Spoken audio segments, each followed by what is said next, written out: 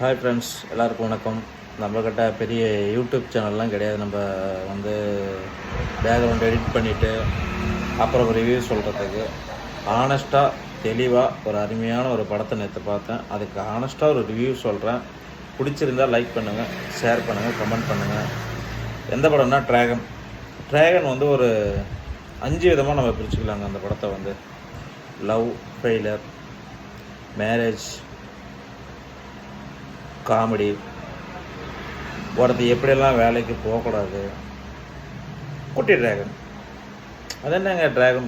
அதுதாங்க படமே வந்து பிரதீப் ரங்கநாதனுக்கு அடுத்தது விஜய் சுத்து தான் படத்தில் வந்து பெரிய ஸ்கோர் பண்ணியிருக்கான்னு நம்ம சொல்ல முடியாது.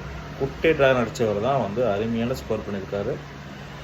கடைசி ஒரு 20 நிமிஷம் ஒரு 25 நிமிஷம் வந்து அவர் பண்ணுற அலப்பறை வந்து தேட்டரை விட அள்ளு விட்டுருச்சு. அவ்வளோ வந்து ஒரு பயங்கரமான ஒரு பண்ணார். அதாவது படத்தோட கதைன்னு பார்த்தீங்கன்னா,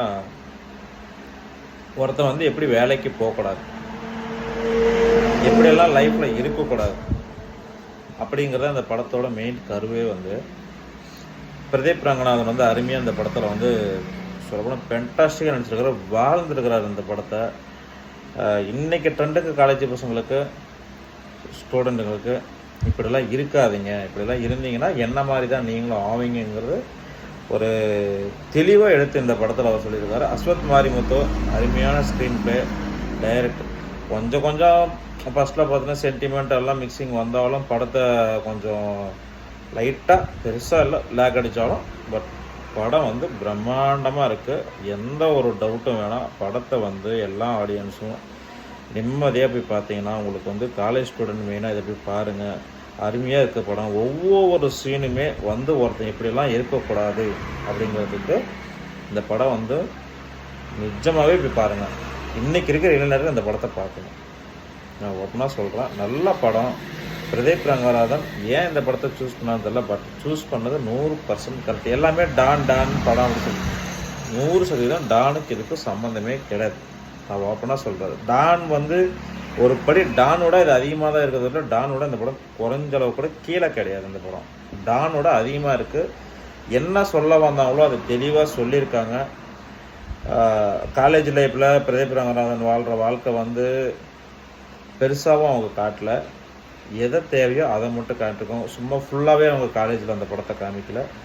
அவங்க வந்து பிரதீப் ரங்கநாதன் சும்மா ஒரு 10 சீன் தான் அந்த காலேஜ் லைஃப் காமிச்சிருக்காங்க. திருப்பி என்ட்ரன்ஸ் 3 மந்த் போகிறாரு. அப்போ தான் காலேஜ் வந்து அவங்க ஃபுல்லாகவே காமிக்கிறாங்க. அந்த இடைப்பட்ட காலத்தில் ஃபஸ்ட் ஹாஃப்லாம் பார்த்தீங்கன்னா காலேஜு ப்ளஸ் அவர் பண்ணுற ஜாப் எப்படி சேர்றாரு, எப்படி காசு கட்டுறாரு, அவங்க அப்பா அம்மா எப்படி ஏமாத்துறாரு, ஒரு ஃபன்னாக ஒரு ஜாலியாக எடுத்துகிட்டு போயிருக்காங்க.